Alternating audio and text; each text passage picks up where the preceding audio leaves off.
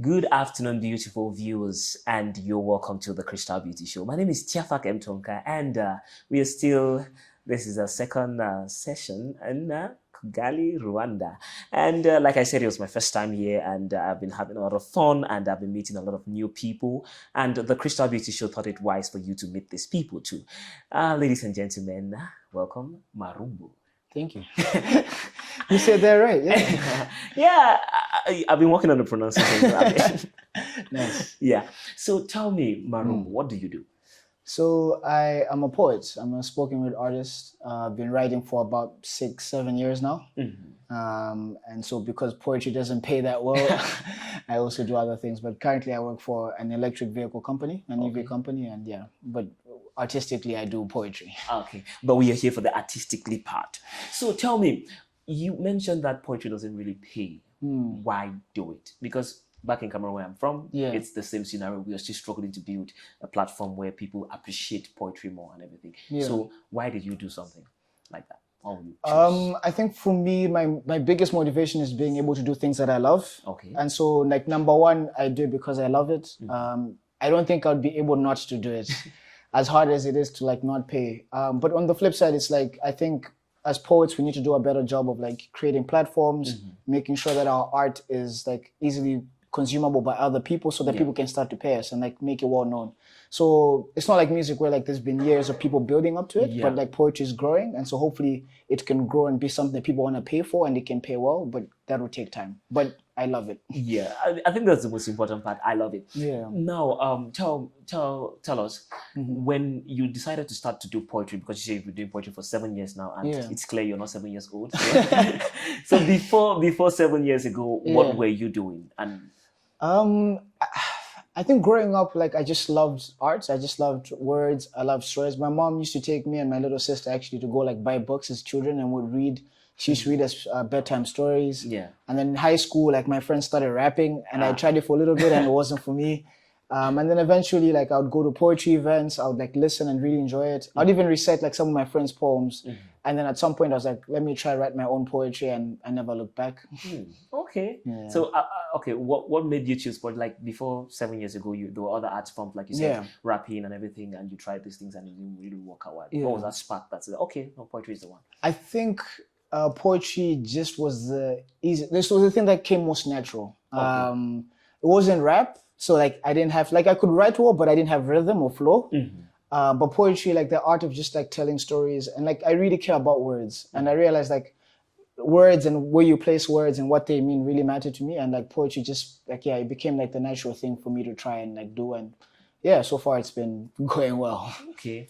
And as a poet, okay, so are you a poet and spoken word artist, or just a poet you just write? Sometimes I struggle to even give the difference when people ask me, but I am so like I do more spoken word in terms of like performance art. But I'm also trying to get into like poetry in terms of just writing to produce an anthology. Okay, so you're more of a spoken word artist and everything. And you know, like you said it, like you try to explain the difference to people and they don't get it. So do you think if people could clearly understand that, okay, there's a clear difference between a spoken word artist and a poet, as in the writer, will you do more of spoken word and just, let low with the writing? That's an interesting question. I think I love both equally. I think both have a place. I think spoken word is easier to consume because someone else is speaking and you don't have to really read. But I think there's also an audience that they just want to read, and they want to read it in their own voice and the way they feel it.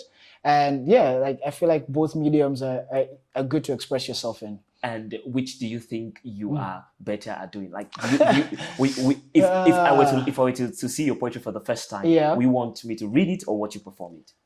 I think spoken word. I think hear it because I've done more of that than the writing, but I'm trying to practice more and get more into the writing. And so hopefully in the next coming years, I can have like more written work out there. Okay, we have, I think we've established the idea of... Okay, I think we've established the idea of the fact that it's challenging in the poetry sector because it doesn't really pay as much as the other art forms and everything. So what other challenges have you had to face as you grew up as a spoken word artist? Maybe not a challenge per se, but sort of like a goal is that I want to be able to write without an audience in mind. And that sounds like counterintuitive, but it's like I want to write without thinking like country based or like gender specific or like a specific story. Yeah. I want to be able to write and be good enough so that I can perform anywhere and people can be able to relate. Okay. And so the challenge with that is like you can't only make like local jokes or you can't only give like a local context to where you're at because you're trying to like have a story for multiple places. So maybe not a challenge, but more of like a goal that I have for myself. And how have you been seeing yourself achieving this goal? Is it? It's hard to talk about yourself, but I'm hoping that I'm trying to grow into that. So like I'm originally from Malawi, and I performed in like places like Zambia and South Africa, and now I'm in Rwanda, Kigali. And so the goal is to just write and write well, hopefully, and like whoever listens to me should be able to relate to like where my words. This is very interesting because you're the second person I'm interviewing that says that I'm not originally from Rwanda. So Yeah. Rwanda is like a hub where other Africans come to. It's becoming a melting pot, yes. That's so nice. So tell me, you just give me a short story of how you transitioned from Malawi to. Okay, yeah. Rwanda has good PR. So even when you're not in Rwanda, you hear about Rwanda, you hear about the amazing things that they're trying to do here and their visions and their goals. So when I was in Malawi, I was looking for a master's course to do. So I came initially to study. And then, I came originally to study and now I've stayed to like work and like to also do poetry and like, sort of like establish myself in the poetry scene here. So let's find out this. How did an artist, a spoken word writer, spoken word artist, poet, work for an electric car company? Like how did you? Well, that's what it's like what are you doing? What are you doing for that? So I've always also tried to like really not like box myself in. So for my undergrad, I studied electronics and computer engineering. So that's how I became like interested in like electric vehicles and like electronics. But I also loved poetry and I could never choose. It was like you either become engineer or a poet. And I was like, I want to do both. And thankfully, like my parents encouraged me to like to be able to do both. And like they supported me to do both. And so now it's just been a matter of like, how do I balance being able to do both? I think before we continue, I'm going to give a quick shout out to your parents because you always hear the story of saying that when I was starting, my parents were on my neck. And they were like, no. No, my parents have, shout out to them. They've always like, whatever crazy idea I've always wanted to do, they've always like encouraged me. Like at some point I wanted to be a professional football player and they're like, oh, okay, like we don't know, but okay, we're going to encourage you and like see what you can do. No, they're not in Rwanda now. They're back home in Malawi. Okay. So as a student, how do you manage the two, rather the three? Or you're not still in school? Too. I finished school recently. So I finished my master's recently and now I just work. So, I mean, it's tough. Like you have to really like balance out your work because like if you're working, even when I was studying, it's like how much like time do I put towards writing new material, recording and like advertising and like social media and how much time do I put into my studies to make sure that I'm still a good student. So it can be tough. And like the saving grace is like I enjoy both. So it doesn't always feel like work. It's just like something that I love to do and I'm just doing it at the time. But you have to really manage your time so that you can give time to both. So because sometimes I'm just working all the time, I'm not writing. And sometimes I'm writing all the time, I'm not working. And my boss is like, yo, we need the report or we need to do this. What are you doing? So it's just, you have to really balance your time. Okay, that's very interesting. So I did a little bit of assignment on you. And okay. discovered that you were recently at the Trace African Award and Festival. You did your research. So tell me, how was that experience for you? Did you perform? No, I not performed this year. I'm actually trying to see if we can advocate more awards to have like a poetry section. Like so the Grammy section, there's people very interested. Yeah, the Grammy section recently they advocated for like poetry for them for spoken word. So now there's a section for the Grammys and now I want to see how we can push like into Trace and like other awards like BET to have more poetry. But I also just like festivals, I like events and like seeing my one goal is like to see how do musicians engage a crowd and then how do as a poet do the same, but like obviously through poetry, it's like, okay, how do you engage a crowd? How do you move a crowd? How do you, even if they don't know you, how do you make them like pull them into your performance and then to sort of like fit that mode into poetry as well. So it's like going to study. So okay, now you being at this award and festival, like what was the experience like for you? Were you somewhere in the like, okay, one day I'm going to stand up there. I think the next time I'm going to stand up there and I'm going to throw this crowd. That was literally what was going through my mind. I was like, how do I get there? How do I, become one of them? But like it was a lot of fun. A lot of learning, like I was saying, like from like the performance side of things and like how production works. Also seeing like how do people network? Because like, you have to network with people so you can get to a certain place. So like, it was a lot of fun, but also a lot of learnings. Like how do I get better to get to a place where I'm also like on a stage like that and I'm not scared to perform for like thousands of people. Okay, thank you very much, Marumbo. And it is really exciting to have you on set. And it's still the Crystal Beauty Show. If you're just joining us, please don't forget to stay tuned and keep watching the Crystal Beauty Show. But don't go anywhere because we still have lots of insights from Marumbo coming back.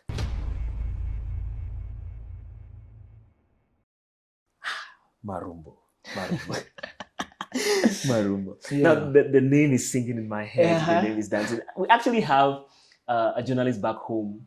His name is Kole George. Okay. So, yeah. So anytime he wants to start his program, you hear Kole. Then you hear Kole George. So it's kind of like the Marumbo. Yeah, it just simply goes with the vibe. So it's a very interesting name. Can you tell us a little bit about the name? What does it mean?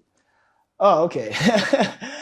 So like I said, I'm from Malawi, and in Malawi there's like several tribes. So, but our national languages are English, and then Chichewa is the next like mainly spoken language, and then Tumbuka. Okay. And so I'm Tumbuka from a tribe, but the language is called Chitumbuka. Okay. And so in my language, my name basically means a multitude of praises towards God. Yeah. Interesting. Have you ever tried to use that in a point?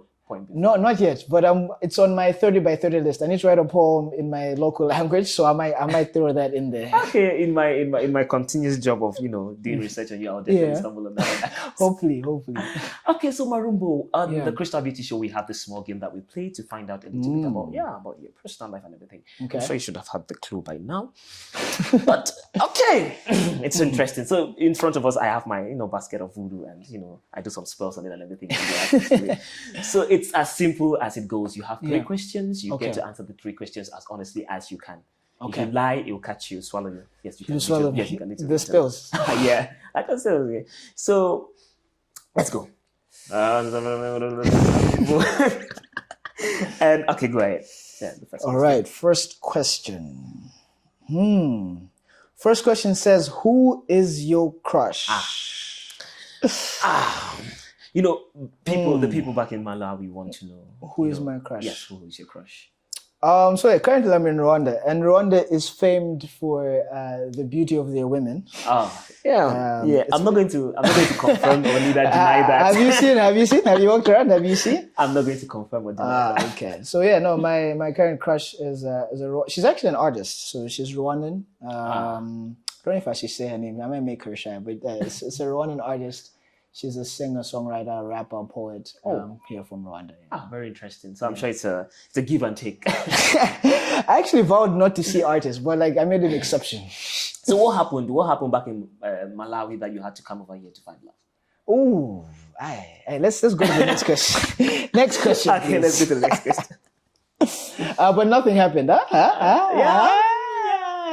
No, but the women in Malawi are nice too, huh? Okay. Okay, wow. This question says, have you ever seen someone naked? Oh, okay. I can neither confirm nor deny this question. You're not allowed to use my words against me. Yeah, this question I can neither deny or confirm the second question. I like how you spontaneously went to the next question without Third question. Who was your first love? My first love was from Malawi. Oh, now that's interesting. Yeah, we're not together anymore, but that was my first love. Ever written anything about it? Some of my poems are about her. But yes, my first love was from Malawi. Some of my poems so singer, songwriter, spoken word, poet, rapper. I hope you're listening. So just in case there's no poem about you, you should ask questions. Since we have just decided to go with the no name, so I'm just going to call that. It's not nice to write about people you love. You write about them after the fact. Yeah, after the fact. Okay, so that was a very interesting session, and I really enjoyed it. So we are going to go to another interesting session, and we are going to find out about Marumbo and your art. What is your biggest inspiration as an artist, as a spoken word artist? Like, who is this person that you say, okay? Or someone who inspired me to write. Yes, or maybe an event that happened that inspired you and say that, okay, this is kind of like it. I wouldn't say a specific event happened for me to write, but I think I draw the most inspiration from everyday life, having conversations with people and just experiencing life. My biggest inspirational goal is to turn like ordinary things and like see them in a different light. So like if you really listen to people are really interesting. If you just listen to them, let them talk and like let them share their stories, they always say something that's like interesting and like something you haven't like thought about in that manner. But as far as like inspirations goes, like, you know, there are poets in Malawi that have really inspired me, like Hugh Malawezi and like a good friend of mine, Chris Msosa. And then the people like in the region, there's a guy called Pages from South Africa that I like really looked up to. And then there's like Naira Waid, there's like Warsan Shire. There's like American poets that I also really like, and I just love the way they weave stories together and tell stories through poetry. Yeah, and have those people actually shaped your poetry? Like, do you find yourself getting better because of them, or it's always just been a self-taught kind of thing? No, definitely. I think they've shaped my poetry in some way or form. I remember when I started writing out, like, I would copy what they were doing, and that wouldn't be my original voice. And that came because I was inspired for them. I'd like listen to them a lot, and I wanted to get better and like be like them. I ended up like copying their work and not necessarily being myself. And then over time, I've had to learn to like be okay with my own voice and like just trust that, you know, like if over time it'll get good enough and people can like my own voice. Okay, that's very interesting. So we're going to hear the voice now and actually hear what it sounds like. Ooh. So let me give you an intro, okay? So, ladies and gentlemen, weighing 139 pounds, all the way from Malawi to Rwanda, Marumbo. Let's hear what you have. Okay, which poem? This one's called The First Time. Oh. The first time I spoke to you, it felt like we picked up from where we left off. 1,000 years ago, maybe more, when we were clay and God was molding us into his image. And you asked him quietly if he could carve you for my rib, and so he did, and he made you a home in me. And so some days you feel like homesickness. On other days you feel like a long lost memory. After all, you had been here before, and so on those days you feel like nostalgia. On other days you feel like a high school reunion, without the awkwardness and competition, even though competitive you are, and I am still the poet nerd that has a crush on you, and love back then meant a note written in my bad handwriting, passed through classmates to reach your desk. Will you be my date to prom? Yes or yes. I wasn't about to give you any other options. I remember thinking about you as I wrote my midterm test. This mess that I scribbled is graffiti paintings on rocks before the ice melted, and men still hunted with spears before the fire had burnt everything down and men had discovered the art of podcasts. Do you remember? The second time we spoke, you could almost finish my sentences in the silence, as if we were there when God asked us to name the animals and give definition to everything, and the letters followed suit, and they too mimicked us as we sat there quietly. The third time we made love, it felt like we were swimming, and we almost drowned because, you know, Black people aren't too good at that. But we had been here before. We had survived floods. And so I promised to be to you what ark is to water, and you pinky swore that you would be to me what rainbow is to the end of a storm. And so I believe that there is another lifetime where we meet again and we pick up from where we left off. Dinner reservations for 8. Promise to pick you up at 7. I won't be late this time. Wow. You know, I have listened to, because where in Cameroon, like particularly in Boya, where I'm from, spoken word poetry is really gaining some steam, and there's a lot. Yeah, there's a lot of spoken word poetry. And I have listened a lot of spoken word poetry to hardly get impressed. And I was just really impressed by that piece. That was really beautiful. Thank you very much. And I think I actually had the answer to the question if you've ever seen somebody naked. You set me up. You did your research. You knew what you were doing. And now we also feel like this actually had the aftermath. I felt like, wow. Okay, that was a really beautiful piece. And please, if you really enjoyed that piece, you can stay till the end to find out where you're going to meet this amazing poet. So we are continuing from where we stopped. Yeah. So Marumbo, tell us. Yeah. What is the one thing that happened? Like, what was the most inspirational thing that has ever happened to you? Like what is the one most inspirational thing somebody has ever said to you? Like, it's really special. Like, this has been an engine to your fuel for a very long time. Rather, this has been a fuel to your engine. Sorry. one of my friends who like is an art critic in Malawi, and like he likes to criticize.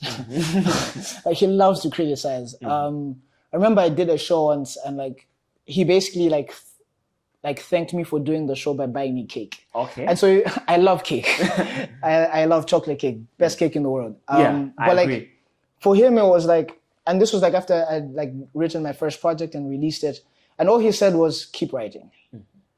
And for him to say that, because I know he's a very like big like critic and like likes to criticize, what he meant by that was like, you're good now, but you can get better. And for me, my goal has always been to get better. And I also understand like poetry is like a niche thing. Like not everyone likes poetry, and I'm okay with that.